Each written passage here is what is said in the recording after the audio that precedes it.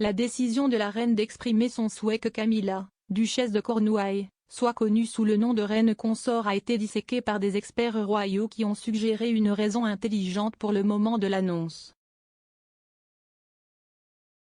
La reine Elisabeth II, 95 ans, a célébré le 70e anniversaire de son accession au trône le week-end dernier.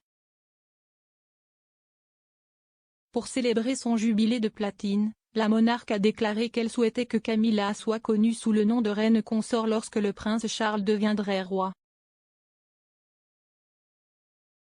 Lorsque Camilla et Charles se sont mariés il y a 17 ans, Clarence House a déclaré que la duchesse de Cornouailles serait connue sous le nom de princesse consort lorsque Charles succéderait à sa mère en tant que souveraine. Cette décision a été considérée comme un geste sensible par la famille royale, à la suite du décès de la première épouse de Charles, Diana, princesse de Galles. L'annonce de Sa Majesté concernant le futur titre de Camilla a été analysée par des experts royaux qui ont suggéré qu'il y avait une raison intelligente derrière le timing du monarque.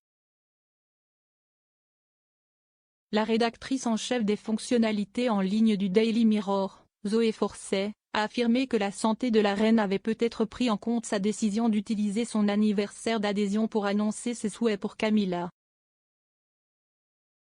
Le journaliste a discuté hier avec le rédacteur en chef royal du journal, Russell Myers, sur leur podcast royal Pod Save the Queen. Madame Forcey a déclaré: « Il y avait beaucoup de surprises autour du fait qu'elle avait utilisé ce message dans sa 70e année pour faire cette annonce. Mais plus j'y pensais, plus je comprenais pourquoi elle l'utilisait à l'époque. Parce que si elle publie cette déclaration au hasard dans 2 ans, je pense que tout le monde dira « Oh, qu'où est ce qui ne va pas, pourquoi fait-elle cela ? Est-elle sur le point de démissionner ? Y a-t-il un problème de santé dont nous devrions tous nous soucier ?» En octobre, la reine avait des inquiétudes alors qu'elle était admise à l'hôpital du roi Édouard VII à Londres pour des contrôles médicaux préliminaires. La nuit de la monarque à l'hôpital est intervenue après qu'elle a annulé une série d'engagements publics. Cependant, Sa Majesté est retournée au château de Windsor le lendemain et a ensuite été invitée par les médecins à se reposer pendant 2 semaines. L'absence temporaire de la monarque de ses fonctions face à face signifiait qu'elle devait manquer le sommet sur le changement climatique 26 pesos colombiens de Glasgow, entre autres événements.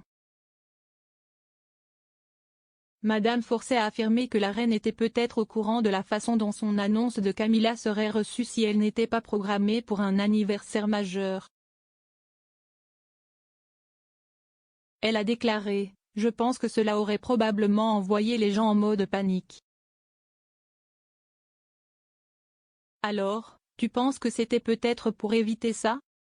Myers a accepté, suggérant que la reine avait peut-être prévu comment elle allait faire son annonce il y a quelque temps.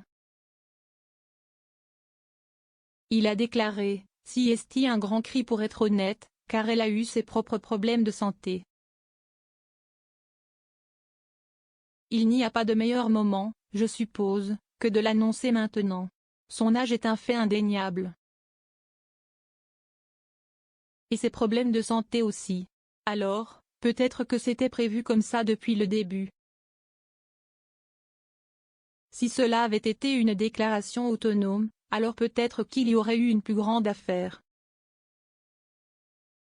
Pour vous abonner à Pod Save the Queen, rendez-vous chez votre fournisseur de podcast habituel.